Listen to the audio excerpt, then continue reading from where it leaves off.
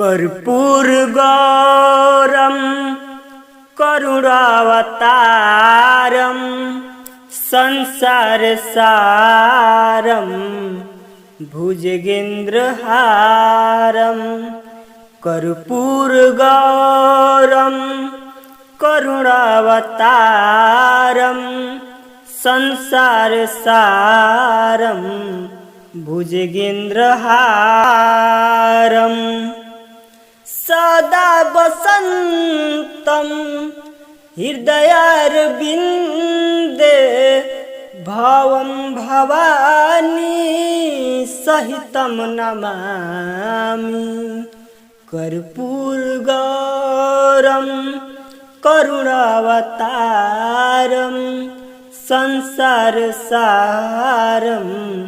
भुजगेन्द्रहारं सृष्टि के रक्षा ला तू लाखों रूप धइलू, धर्मी के धर्म तू ही मैया बचैलू, मैया बचैलू।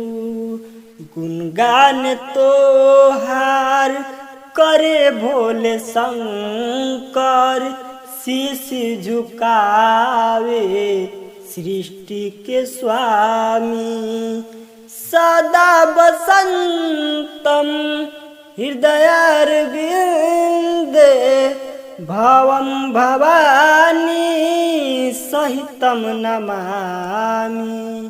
कर्पूरगौरं करुणावतारं संसारसारं भुजगेन्द्रहारं विनय बिहारी अनिल गावेले भजनिया। स्वर्ग से सुंदर लगे तोहरो चरनिया।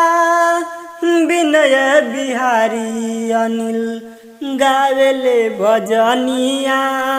स्वर्ग से सुंदर लगे तोहरो चरनिया, तोहरो चरनिया।